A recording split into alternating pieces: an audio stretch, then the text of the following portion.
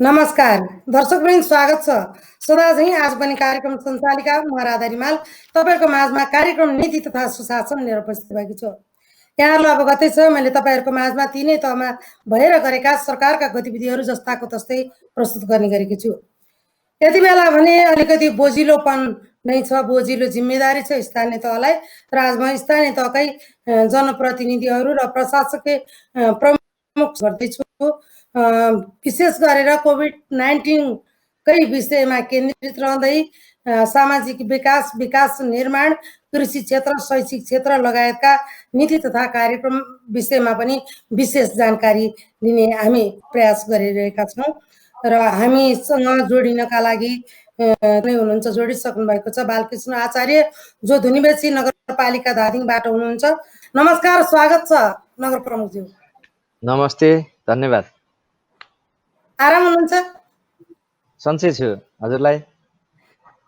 ठिक छौँ, हामी पनि ठिक छौँ। धुनीबेसी नगरपालिकालाई कस्तो छ त्यहाँको स्वास्थ्य अवस्था? आजका दिनसम्म धुनीबेसी नगरपालिका पनि स्वस्थ नै छ। विशेष गरेर कोभिड-19बाट लामो समय भयो, लकडाउन भएको, प्रभावित त अवश्य भएको छ र तपाईले राहतका कुराहरू पनि गर्नुभएको होला र विशेष गरेर अहिले पछिल्लो समयमा विदेश गएका नागरिकहरू र अन्य स्थानमा गएका नागरिकहरू आउँदै हुनुहुन्छ, आइरहनु भएको पनि होला। कस्तो व्यवस्थापन गर्नुभएको छ? धन्यवाद। अब यो लामै समय भएको, हामीले सुरुदेखि नै जनताको पक्षमा लकडाउनको बारेमा चेतना कार्यक्रमदेखि उहाँहरूलाई चाहिँ सुरक्षित वासनको लागि र अति आवश्यकता काम बाहेक बाहिर ननिक्लिने कुराहरूमा हामीले लाग्यौँ र हाम्रा आठवटा अहिलेसम्म हामीले विपद व्यवस्थापन समितिको बैठक गरिसकेका छौँ र हाम्रा हरेक बैठकमा जनतालाई कसरी सुरक्षित राख्ने र उहाँहरूलाई भोगोपनबाट चाहिँ कसरी मुक्ति दिने, कोही भोगा पर्छन् कि भन्ने चिन्तामा हामी कोरोना धुनीबेसीमा नआइदियोस् भन्नेमा छौँ। किनभने धुनीबेसी नगरपालिकामा चाहिँ हामीले के सोचेका छौँ भनेको चाहिँ यहाँ उत्पत्ति भएछ र त्यसमाथि पनि हाम्रो नगरपालिकामा त अहिलेसम्म रोगको अब बिरामी पनि भेटिएका छैनन् र अब देखिँदैन कि भन्ने पनि आशा पनि छ हामीलाई।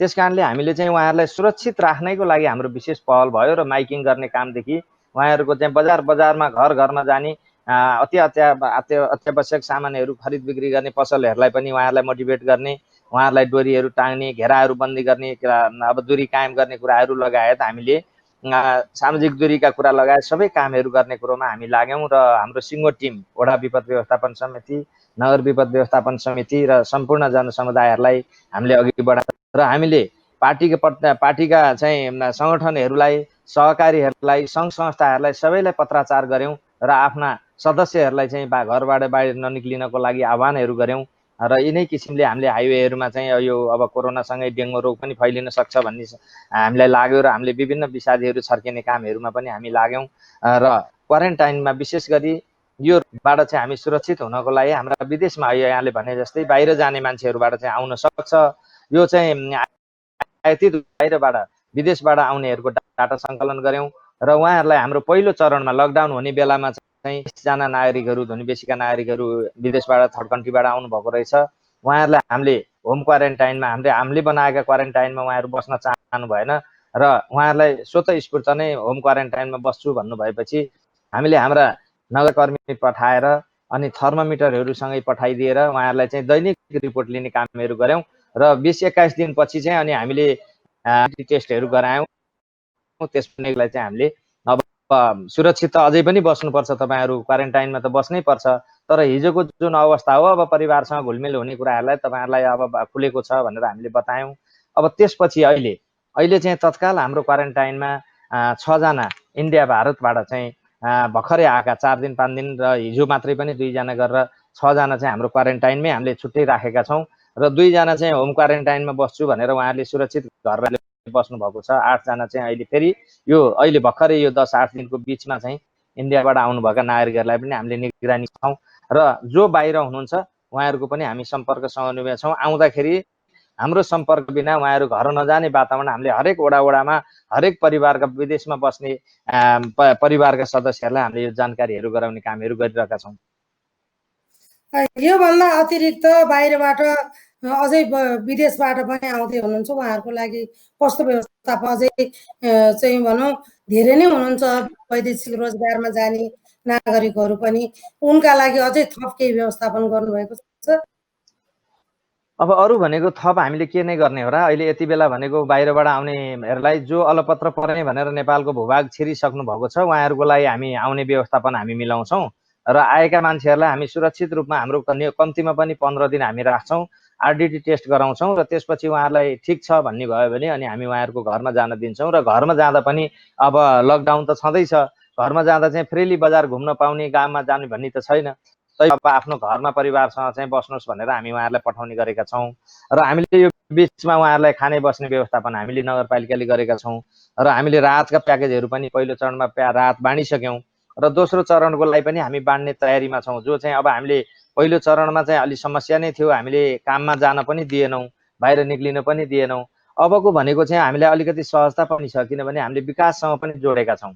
यहाँ चाहिँ यो लकडाउनका कारणले समस्या हुने मजदुरहरूको लागि चाहिँ हामीले विकाससँग पनि जोडेका छौँ। हाम्रा नगरपालिकाका विकासीय योजनाहरूमा हामीले मेन पावरहरू बाहिरबाट आउन नदिने र यहीँका मेन पावरलाई चाहिँ विशेष गरी ठेक्कापट्टाका कामहरूमा उहाँहरूले चाहिँ मजदुरहरू एक जिल्लाबाट अर्को जिल्लामा लाने ठेकदारहरूलाई पनि हामीले यहीँ भएका मजदुरहरूलाई चाहिँ काम लगाउनुहोस्, तपाईँहरूले बाहिरबाट नलिएर आउनुहोस्, तपाईँहरू पनि असुरक्षित हामी पनि असुरक्षित भनेर हामीले यहीँका मजदुरहरूलाई काम दिएका छौँ। कृषि पकेट क्षेत्र भएको हुनाले कृषिका कामहरू आफ्ना सामाजिक दूरी कायम गरेर गर्ने कामहरू रोकिएका छैनन्। त्यस कारणले पनि अहिले हामीलाई अलिकति सहजता, अलिकति खुकुलो भएको महसुस गरेका छौँ हामीले। यहाँनिर पक्कै पनि तपाईँले गर्नुभएको व्यवस्था राम्रै हुनुपर्छ र पनि छ। तथापि अघिल्लो वर्ष लिएको यहाँले नीति तथा कार्य राम्रा र हाम्रा योजनाहरू कति प्रतिशत सक्नुभयो, अब कति प्रतिशत बाँकी छ? यो वर्ष ल्याएको योजना सकिन्छ गर्न? अब हामीले अब ठ्याक्कै डाटा हाम्रो चाहिँ पेमेन्टलाई हेर्ने हो भने त हाम्रो अहिले लगभग 55 जति% मात्रै काम भएको देखिन्छ। तर हाम्रा कामहरू चाहिँ अब भुक्तानीका क्रममा छन्, भुक्तानी हुनु सक्ने बेलामा पुगेका छन्, काम कोही आधा आधी भइरहेको छ। अब यो कारणले हाम्रो चाहिँ मेन पिक सिजन भनेकै काम एकदमै स्पिडमा जाने र काम गर्ने सिजन भनेको चैत वैशाख जेठ नै हो। अब हाम्रो चाहिँ काम रोकियो, सुरुमा भइरहेका कामहरू पनि मजदुरहरूलाई कामहरू गर्थ्यौँ र 1.5 महिना जति हामीले लगभग काम बन्दै गऱ्यौँ। त्यसपछि चाहिँ अब हामीले सुरु गरेका छौँ काम। मलाई लाग्छ हाम्रो जुन सोच थियो, जति सोचेका थियौँ त्यति त काम अब हुन सक्दैन नै, त्यो हामीले स्वीकारिसकेका छौँ। किनभने हाम्रो टेन्डर प्रक्रिया अलिकति झन्झिटो भएको हुनाले हामीले टेन्डरमा गएका उपभोक्ताले गर्ने कामहरू लगभग हामी कहाँ सबै पुरा हुन्छन्। जो टेन्डर प्रक्रियाबाट गएका कामहरू चाहिँ अब समयमा ठेकेदार साहबहरूको पनि आउने जानेको समस्या, पासका समस्या, मजदुरका समस्या, अनि हामीले सम्झौता गर्ने बेलामा कोही योजना टेन्डर खुलेर सम्झौता गर्न बाँकी थियो, लकडाउनले गर्दा अब सम्झौतै भएन, कोही खोल्न बाँकी थियो, लकडाउनको बेला नखोल्ने भनेर म्याद थप्ने कामहरू गरियो। यसले गर्दा हाम्रा यी अब ठेक्कापट्टामा दिएका कामहरू चाहिँ अलिकति काम हुँदैन कि भन्ने हामीलाई लागेको छ र मलाई लाग्छ लगभग 80% चाहिँ काम हुन्छ हाम्रो भन्ने सोचाइ छ हाम्रो। हामी अब लगभग 90% चाहिँ हामीले काम गर्न सक्थ्यौँ। 10% त यो हामीले जति चाहे पनि काम हुँदो रहन्छ, कतिपय हुन्छ भन्दै अलिअलि रहिहाल्दो रहेछ। तर हामी 90% चाहिँ यो वर्ष काम गर्छौँ भन्ने हाम्रो सोच थियो। गत वर्ष हाम्रो 78% काम भएको थियो। तर अब अहिले पनि त्यही 75% मात्रै काम हुने हो कि भन्ने हामीले अनुमान गरेका छौँ। तपाईँले यो वर्ष केलाई लक्षित गरेर कार्यक्रम ल्याउने सोच बनाउनु भएको छ? अब ल्याउने पनि बेला भयो, बजेट ल्याउने बेला भयो, के कुरालाई प्राथमिकता दिँदै हुनुहुन्छ? हामी भनेको यति बेला चाहिँ अब लकडाउनले अलिकति प्रभावमा अप्ठ्यारोमा परेका किसानहरू छन्। यो कृषि कार्यक्रम चाहिँ एकदमै किसानहरू चाहिँ हाम्रो नगरपालिकाका धेरै किसान दाजुभाइहरू अहिले यो लकडाउनको मारमा छन्, कोरोनाको मारमा। विशेष गरी उहाँहरू हुनुहुन्छ, उहाँहरूको खेतमा आज धेरै तरकारीहरू कुहिएर खेतमा जान नसक्ने, गन्ध आउने स्थिति बनिसकेको छ। अब उहाँहरूको लागि हामीले के गर्न सक्छौँ भनेर हामीले प्रदेशहरूलाई हामीले ठुलो क्षतिपूर्ति त दिन सक्ने अवस्थामा रहेनौँ। अब केन्द्र र प्रदेशको कार्यक्रमहरूलाई जोडेर हामीले के सपोर्ट गर्दाखेरि चाहिँ उहाँहरूलाई सजिकन हुन्छ, अब यो विषयमा हामीले सोचेका छौँ र कृषि हाम्रो प्रायोरिटीमा पर्छ। त्यस्तै गरी खानेपानी, स्वास्थ्य, शिक्षा र पूर्वाधार नै हाम्रा विशेष गरी कार्यक्रमहरू हुन्। हाम्रा खानेपानीका योजनाहरू अधुराहरू छन्, हामी त्यसलाई पहिलो प्रायोरिटी छ।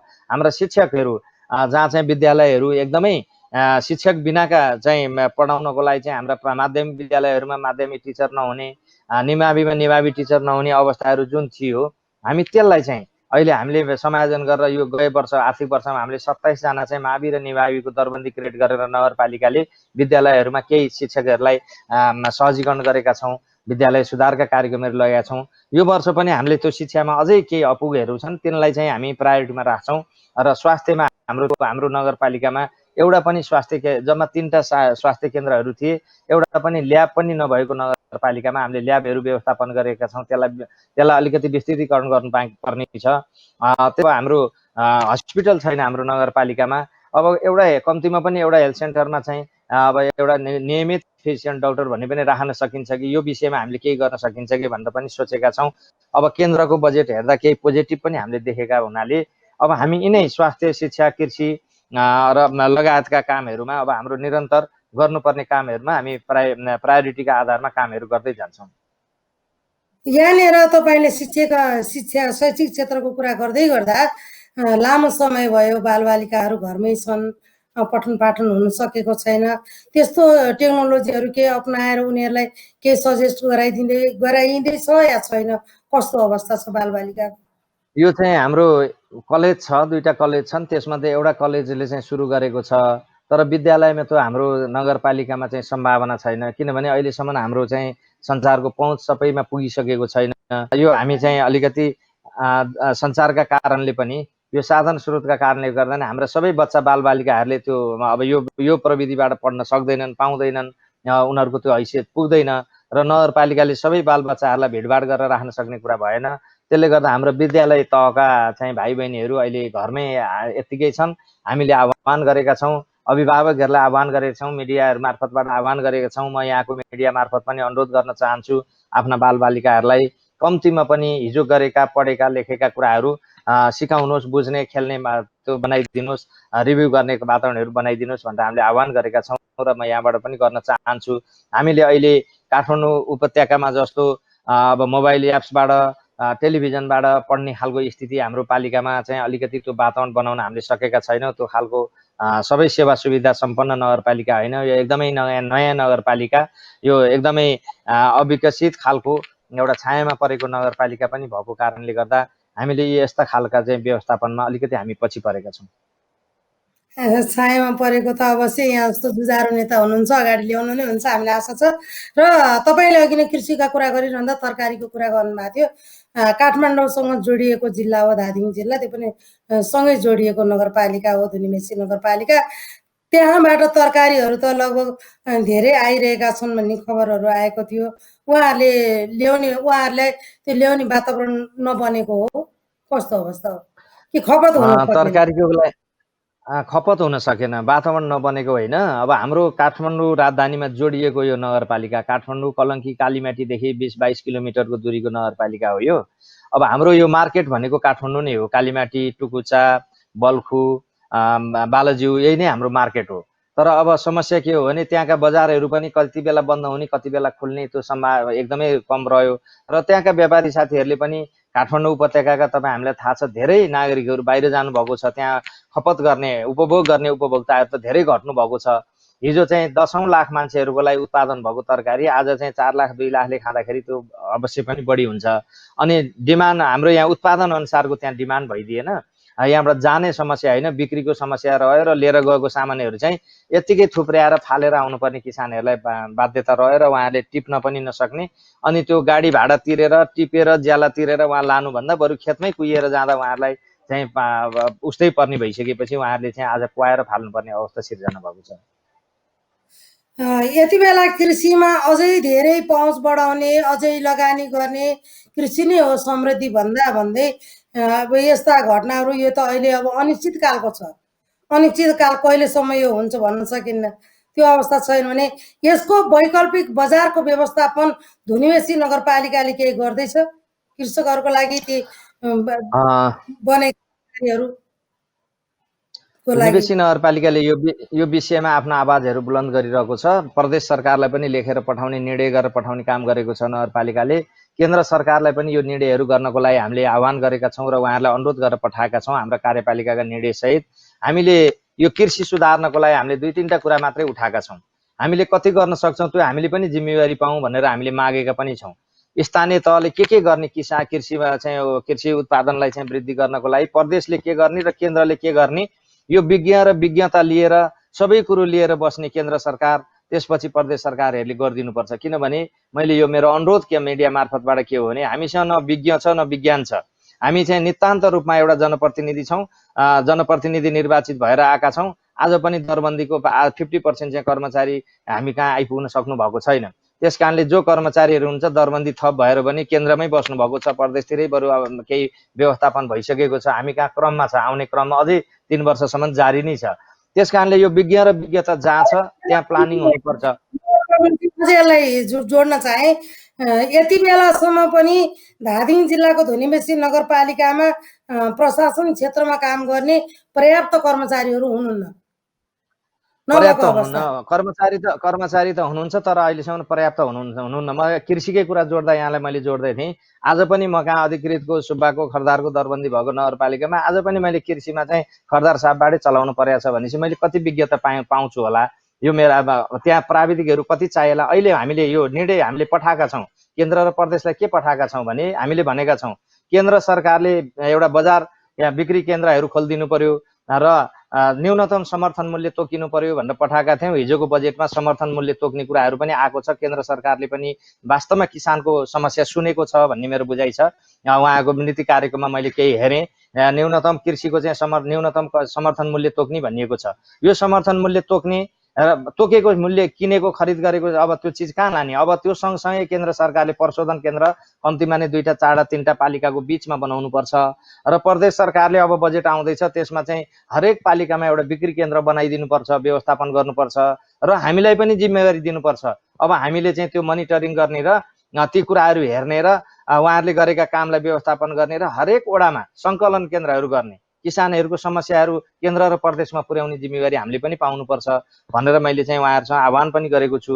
र यो विषयमा केन्द्रको बजेटले हामीलाई चाहिँ अलिकति कृषिमा केही हुन्छ कि भन्ने आशा पनि पलाएको छ। जब हामीले यो आवाज उठाइरहँदा यो जुन न्यूनतम समर्थन मूल्य तोक्ने कुरा भयो यसले हामीलाई अलिकति आशा जगाएको छ। त्यसै गरी अब कृषि हाम्रो अहिलेको कृषि भनेको चाहिँ आफू खुसी कृषि छ, निर्वाहमुखी कृषि छ। कसले कति जान्यो के गर्यो थाहा छैन, प्रविधि हामीले खोज्न जानुपर्छ। अब सरकारले हामी तिनै तहको सरकार मिलेर किसानलाई प्रविधि दिनुपर्छ, त्यहाँको प्राविधिक दिनुपर्छ। हामीले उहाँहरूले खोज्ने होइन, अब हामीले खोजेर दिनुपर्छ, उहाँहरूको वास्तविक डाटा लिनुपर्छ। यो किसिमले जानुपर्छ भनेर हामीले आवाज उठाछौँ। हाम्रो तर्फबाट पनि अब नगरपालिकाले गर्न सक्ने कुराहरूमा हामी लाग्छौँ। यो विषयमा हामी एकदम तयार छौँ र हामीले माथि माग्ने मात्रै होइन, हाम्रो पनि त्यसमा कर्तव्य छ। अधिकार खोज्नेले कर्तव्य पनि पुरा गर्नुपर्छ भन्ने कुरा हामीले बुझेका छौँ र हामी नगरपालिकाको तर्फबाट पनि किसानहरूको हितमा गर्न सक्ने कुराहरू गर्न सक्ने हामी गर्छौँ, गर्न नसक्ने हामी आवाज उठाएर हाम्रा मागहरू हाम्रा सम्बन्धित केन्द्र प्रदेशमा पनि पुर्याउने काममा हामी लाग्छौँ। यहाँनिर तपाईँले अघि न जोडिसक्नुभएको थियो शैक्षिक क्षेत्रका कुरा, स्वास्थ्यका कुरा। यति बेलासम्म पनि स्वास्थ्य क्षेत्रमा एउटा त्यो नगरपालिकामा एउटा डाक्टर नबस्नु, हेल्थ सेन्टर नहुनु भनेको त एकदम बत्तीको अँध्यारो जस्तै भएको छ होइन। यसको लागि एउटा नगरपालिका अथवा एउटा स्थानीय तह, एउटा स्वास्थ्य केन्द्र यो हुनुपर्ने, यसको लागि पहल भएको छ अथवा यसलाई पहल भएर पनि सम्बोधन गरिएको छैन, कस्तो अवस्था छ? प्रादेशिक सरकार र सङ्घीय सरकारसँगको समन्वय कस्तो छ धुनीबेसी नगरपालिकामा? प्रदेश सरकार त अब हामीभन्दा पनि कान्छो सरकार, हामीभन्दा पनि 1 वर्षपछि आएर कार्यालय व्यवस्थापनमा उहाँहरू पनि हाम्रै अवस्थामा हुनुहुन्छ। त्यस कारणले मैले प्रदेशले गरेन भन्ने अवस्था भइसकेको छैन। अब केन्द्र सरकारले अहिले संहिताको कारणले गर्दा अधिकार क्षेत्र कसको के भन्ने कुरामै अलमल्लिएको अवस्था देखिरहेको छु। अब एउटा हुनुपर्ने किन भएन भन्ने कुरामा चाहिँ यहाँहरूलाई म सम्झना गराउन चाहन्छु। 2062-63 सालमा काठमाडौँ उपत्यकाको फोहोर व्यवस्थापन गर्नको लागि बन्चरे डाँडा स्थायी ल्यान्डफिल साइट धुनीबेसीमा ल्याउने कुरा भयो र त्यो बेलामा ककनी गाउँपालिका र धुनीबेसी नगरपालिकामा चाहिँ एकवटा डाक्टर सहितको हस्पिटल, भेटनरी हस्पिटल र अब डाक्टरी हस्पिटल राख्ने त्यहाँ धेरै खालका कुराहरू थिए। कृषिसँगको जेटिएका कुराहरू, पशु भेटनरीका कुराहरू रहे, यी सबै गर्ने निर्णय छ। केन्द्र सरकारका लगभग 6 जना सचिवज्यूहरू स्थानीय विकास मन्त्री राजेन्द्र प्रसाद पाण्डे भएको बेलामा उहाँहरूको टिमै पनि आएको थियो। त्यो टिमले नै बसेर पनि निर्णय गरेको छ। शिक्षकका दरबन्दीदेखि स्वास्थ्यका सुधारदेखि सबै कामहरू निर्णय नभएको होइन। कार्यान्वयन हजुरले भने जस्तै यो बत्ती मुनिको अँध्यारो छाया, किनभने देखिँदैन यो ठाउँबाट चाहिँ अब अलिकति त्यो देख्ने ठाउँमा मान्छे नभएर पनि हुन सक्ला। अब आवाज उठाउनु भयो नेताहरूले, तर गर्ने ठाउँमा पुग्न सक्नु भएन। जो बेला राजेन्द्र मान्यज्यू पुग्नु भएको मन्त्री हुनुभएको थियो स्थानीय विकास मन्त्री, त्यो बेला धेरै केही शिक्षक दरबन्दीहरू आए, ती बाटाहरू देखाउने काम भए, निर्णयहरू गर्ने भए। त्यसपछि उहाँ 9 महिनामा चाहिँ उहाँको कार्यकाल सिद्धियो। त्यसपछि धुनीबेसी नगरपालिकामा कुनै थप भएन। आज पनि त्यो उहाँ 62-63 सालमा शिक्षक दरबन्दी दिन्छु भनेका विद्यालयमा मैले अहिले पनि भने 27 जना टिचर मध्ये हामीले त्यहाँ चाहिँ दुईटा माध्यमिक विद्यालयमा हामीले 5 जना टिचर चाहिँ त्यही मात्रै पठाएका छौँ, जुन जहाँ चाहिँ केन्द्र सरकारले फोहोरको थुप्रो लान्छ र त्यो फोहोरको गन्ध चाहिँ सबै दुर्गन्धित भएर बस्ने गाउँमा नगरपालिकाले शिक्षक दरबन्दीहरू दिइरहेको अवस्था हो। त्यसले गर्दा हाम्रो कुरा नपुगेको होइन। हामी कहाँ एउटा एम्बुलेन्स पनि थिएन यो नगरपालिकामा, यहाँलाई बताउँ। नगरपालिका 3टा स्वास्थ्य केन्द्र थियो, एउटा ल्याब पनि थिएन। हामी आइसकेपछि तत्काल 3टा ल्याबको व्यवस्थापन गऱ्यौँ। एउटा एम्बुलेन्स आइपुगेको छ, 2टाको लागि मैले टेन्डर गरेका थिएँ। अब दुःखका साथ मैले भन्नुपर्छ, अस्ति मात्रै 3 फेर म्याद थप्दा पनि कसैले हाल्नै आएन। हामीले खरिद गर्नको लागि चाहिँ टेन्डर गरेको निवेदनै परेन। अस्ति चाहिँ ल अब यो आर्थिक वर्षमा भ्याइएला नभ्याइएला अब विचार गरौँ भन्ने कुरा भएको छ। अब दमकल थिएन, एउटा दमकल लिएर आएँ। यो दमकलले तपाईँहरूको मिडियाबाट पनि कभरेज भएको जस्तो लाग्छ। यो हाम्रो नोभा जेनेटिक भन्ने एउटा औषधि उद्योगमा अस्ति आगलागी भयो। यो हाम्रो नगरपालिकाको एम्बुलेन्स थिएन भने त्यो अरबौँको सम्पत्ति सिद्धिने अवस्था थियो। हाम्रो कम्तीमा पनि हाम्रो अभियानले यसलाई एउटा सार्थकता तुल्याएको छ। क्षति त भयो र पनि जति क्षतिको सम्भावना थियो त्यसलाई हामीले धेरै न्यूनीकरण गर्न सक्यौँ, सफल भयौँ। एम्बुलेन्सहरू आएका छन् र अहिले पनि हाम्रो प्रक्रिया जारी छ। हामी आगामी वर्ष केन्द्र प्रदेशले हामीलाई सहयोग गर्यो, राम्रै भयो। भएन भने पनि कम्तीमा पनि एउटा नगरपालिकामा एउटा मात्रै भए पनि डाक्टरको चाहिँ हामी दरबन्दी क्रिएट गरेर हामीले व्यवस्थापन गर्नुपर्छ कि भनेर हामी छलफलमा छौँ। हाम्रो पनि नीति कार्यक्रमहरू बनाउँदैछौँ। अब कति सफल हुन्छ, यो सानो नगरपालिका थोरै बजेट भएको नगरपालिका भएको हुनाले हामीलाई अब अलिकति चाहिँ गाह्रो पनि छ। सबै अब पूर्वाधारका कुराहरू छन्, खानेपानीका कुरा छन्, स्वास्थ्य शिक्षा छ, यो सर्वत्र चिजहरू पुर्याउनको लागि हामीलाई गाह्रो पनि छ। त्यसले गर्दा हामी कति सक्छौँ र हाम्रो प्रायोरिटी भनेको नितान्त रूपमा शिक्षा नै रहेछ। हाम्रो यहाँ शिक्षामा पछि पऱ्यो भने शिक्षा र स्वास्थ्यलाई चाहिँ हाम्रो कृषिलाई हामी यो 3टा चिजलाई चाहिँ पहिलो प्रायोरिटीमा राखेर पूर्वाधारलाई चाहिँ हामी अलिकति पछाडि पारेर जाने तयारीमा छौँ। यहाँनिर अत्यन्तै यहाँको महत्त्वपूर्ण नै छन् कुराहरू। विशेष गरेर मैले जोड्न चाहेको कृषिलाई त्यो ठाउँसम्म कृषिमा लाग्ने साथीहरूले जुन उत्पादन गर्नुभएको तरकारीलाई बजार व्यवस्थापन गर्नको लागि अथवा ती सबै स्थानहरूमा धुनीबेसी नगरपालिकाका सबै वार्डहरूमा मोटर बाटोको पहुँच छ कि छैन? यहाँले भन्नुभयो जस्तै विकराल स्थिति हो कि के गर्दै हुनुहुन्छ सडकहरूको? हाम्रो सबै वडाहरूमा हामीले सडकको पूर्वाधार पुर्याएका छौँ। त्यस कारणले मैले पछि पार्दैछु भनेको अब हाम्रो धेरै जहाँ चाहिँ 5 घण्टा 6 घण्टा हामी निर्वाचित भएर आउनु पर्दा हामी निर्वाचनको बेला जाँदा नि 5 घण्टा 6 घण्टा हिँडेर जाने ठाउँमा हामी गाडी लिएर जान सक्ने ठाउँ हामीले बनाइसकेका छौँ। हाम्रा लेकका भागहरूमा हाम्रा गाडीहरू पुगिसकेका छन्। बस्ती बस्तीमा हाम्रा गाडीका बाटाहरू बनेका छन्, जुन बाटाहरू 12 महिना चल्न नसक्ने अवस्थामा भइसकेका छैनौँ। त्यस कारणले हामीले केन्द्रसँग प्रदेशसँग र आफ्नो नगरपालिकाको बजेटलाई हेरेर हामीले 13वटा सडकहरू चाहिँ 12 महिना चल्ने गरी बनाउने भनेर हाम्रो सडकको डिपिआर हामीले सुरुमै गरेका छौँ।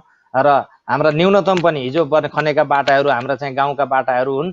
ती अब राष्ट्रिय राजमार्ग बाहेकका सडक भनेको चाहिँ 3 मिटर 2 मिटर 4 मिटरका सडकहरू थिए। हामीले अहिले न्यूनतम पनि सडकहरू चाहिँ 6 मिटर हुनुपर्ने, त्यसपछि 6, 8, 10 र 15 मिटरका सडकहरूको क्राइटेरिया बनाएर हामीले 13वटा सडक चाहिँ एकदमै 12 महिना चल्न सक्ने खालको बनाउने, अरूलाई चाहिँ सिजनेबल चल्ने भए बर्खा 2 महिना बाहेक चल्न सक्लान् भनेर हामीले बजेटको प्लानिङै त्यसै गरी गरेका छौँ। हामी सबैलाई डिभाइड गरेर भागबण्डा गरेर हामी कहाँ 205वटा सडक छन्, हामी ती सबैलाई डिभाइड गरेर पैसा हाल्दैनौँ।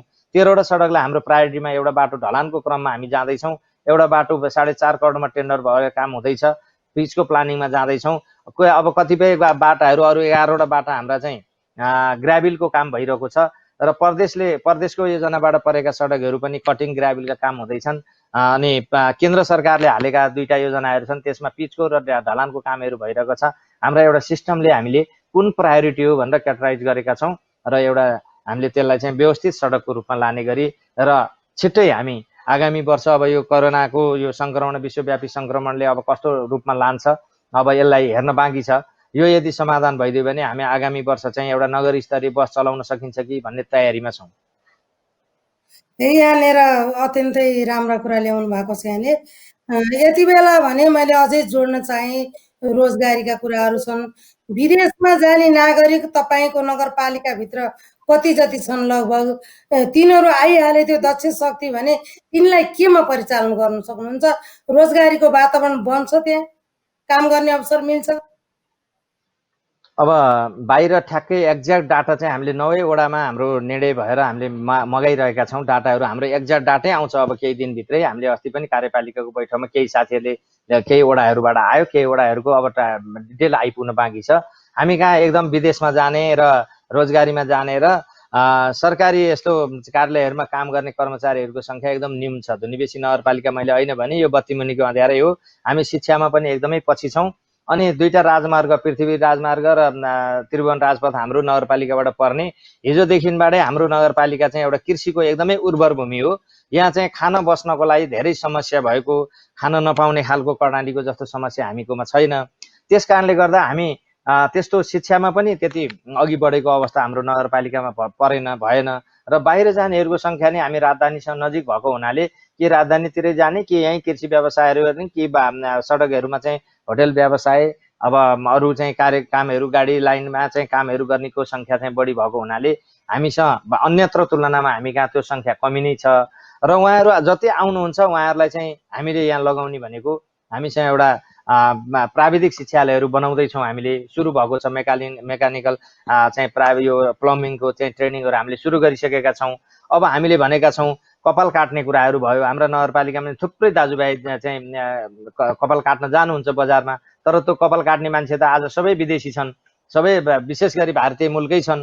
अब त्यस्ता कामहरू हामी दिन सक्छौँ। सिलाइ बुनाइका कुराहरू छन्। अब विभिन्न सामानहरू चाहिँ हामी खरिद गरेर बाहिरबाट लिएर आउँछौँ। ती कामहरू हामीले गर्न सक्ने गरी हामी प्राविधिक शिक्षालयको अवधारणा अनुसार हामी कहाँ सुरु पनि भइसकेको छ। र अब हामी कृषि प्राविधिकलाई चाहिँ अलिकति जोड दिनुपर्छ भनेर हामीले एउटा विद्यालयलाई चाहिँ कृषिमा जोड्ने भनेर पनि हामीले शिक्षा मन्त्रालय, शिक्षा विभागहरूमा, मन्त्रालयमा पनि लेखेर पठाएका छौँ र आगामी वर्ष हामी त्यता लाग्छौँ। हामी विशेष गरी यहाँ चाहिँ मार्केट हाम्रो बजार नजिक भएको कारणले गर्दा हामी कृषिलाई नै प्रमोट गर्न चाहन्छौँ, कृषि पर्यटनलाई नै। किनभने हामी कहाँ बाख्रा पालन हुनसक्छ, कुखुरा पालनको एकदमै व्यापक भएको ठाउँ हो यो, र तरकारीको एकदमै उत्पादन क्षेत्र भएको हो यो, माछाको पनि हामी कहाँ उत्पादन हुनसक्छ। अब यस्ता व्यावसायिक कृषिमा चाहिँ हामी लगाउनको लागि उहाँहरूलाई तालिम प्रशिक्षण हामीले लगानीका हिसाबले पनि केही गर्न सक्छौँ कि भनेर हामीले सुरु गरिसकेका छौँ। र हामी उहाँहरूलाई चाहिँ मलाई लाग्छ धुनीबेसी नगरवासीहरू आउनुभयो भने खान नपाएर कहाँ जाने भनेर छटपटाउनु पर्ने अवस्था हुन दिँदैनौँ भन्ने विश्वास छ। अत्यन्तै महत्त्वपूर्ण सान्दर्भिक भनाइ र तपाईँको अमूल्य समय नगर प्रमुखज्यू। यति बेला पनि हामीलाई समयले साथ दिन कम भइसकेको छ। छुट्टिने बेलामा हामी केही कुराहरू यहाँका छन् भने राखिदिनुहोस् ताकि समग्र रूपमा धुनीबेसी नगरपालिकामा परेका समस्या र सङ्घीय सरकार, प्रादेशिक सरकारलाई र आम नागरिकलाई तपाईँको तर्फबाट केही सम्बोधन छन् भने राखिदिनुहोस्, हामी छुट्टिन्छौँ पनि। हस्, धन्यवाद। अब मेरो तर्फबाट मेरो धेरै भनाइहरू छैन। सङ्घीय सरकार र प्रदेश सरकारले अब माथि बसेर हिजो जुन राज्य सञ्चालन भयो, माथि बसेर राज्य सञ्चालन गर्दा केही अप्ठ्याराहरू भएकै कारणले गर्दा यो देशमा सङ्घीयता आएको छ। त्यो सङ्घीयताको मर्म अनुसार केन्द्रमा बस्ने सरकारले काम गर्नुपर्छ र तलसम्म एउटा समन्वय र सहकार्यका साथ अघि बढ्नुपर्छ भन्ने मेरो उहाँहरूसँग अनुरोध छ केन्द्र सरकारसँग। प्रदेश सरकारले एउटा मिडिएटरको रूपमा एउटा अनुगमनको पाटो जिम्मा लिनुपर्छ। स्थानीय सरकार कमजोर छ, स्थानीय सरकार जनतासँग एकदमै प्रत्यक्ष छ, त्यहाँका समस्याहरूसँग बुझ्न सक्ने, नजिक छुन सक्ने सरकारको रूपमा स्थानीय सरकार छ। प्रदेश र केन्द्र चाहिँ गएर हामीले त छुन सक्दैनौँ, जनताले कहिले छुनु र। त्यस कारणले गर्दा हामीलाई चाहिँ उहाँहरूले मोनिटरिङको पाटोमा, सल्लाह सुझावका पाटोमा विशेष ध्यान दिनुपर्छ भन्ने मेरो अनुरोध छ। किनभने मैले यो किन जोडेको भने केन्द्रको पनि आफ्नो कार्यक्रम छ, प्रदेशको आफ्नै कार्यक्रम छ, अनि म मेरो कार्यक्रम लिएर जान्छु। 3 तहको सरकारको कृषिमै 3टा खालको कार्यक्रमहरू बन्ने अवस्था छ। अब हामीले के गर्छौँ, जे गर्छौँ त्यो एउटै कार्यक्रम हुनुपर्छ। कसले गर्ने जिम्मेवारी तोकौँ, म यो केन्द्र र प्रदेशसँग अनुरोध गर्न चाहन्छु। र नगरवासी दाजुभाइ दिदीबहिनीहरूलाई, देश विदेशमा हुने सम्पूर्ण नगरवासी दाजुभाइ दिदीबहिनीहरूलाई म अनुरोध गर्न चाहन्छु, तपाईँहरू जहाँ जे अवस्थामा हुनुहुन्छ, तपाईँहरू राम्रो सुरक्षित बस्न सक्नु भएको छ आफ्नो ठाउँमा, जहाँ जानुभएको छ त्यहीँ बस्नुहोस्। तपाईँहरूलाई अप्ठ्यारो परेको छ भने आउनुहोस् नगरपालिकामा, नगर सरकार छ, स्थानीय सरकारको अनुभूति तपाईँहरूलाई दिलाउँछौँ। तपाईँहरूले रोजगारीका लागि, कामका लागि के गरी बाँच्ने भनेर जुन खालको अवस्था हुनसक्छ त्यो सिर्जना हुन नदिने गरी तपाईँहरूको मेहनत चाहियो, तपाईँहरूको इमान्दारिता चाहियो, तपाईँहरूको सहयोग चाहियो।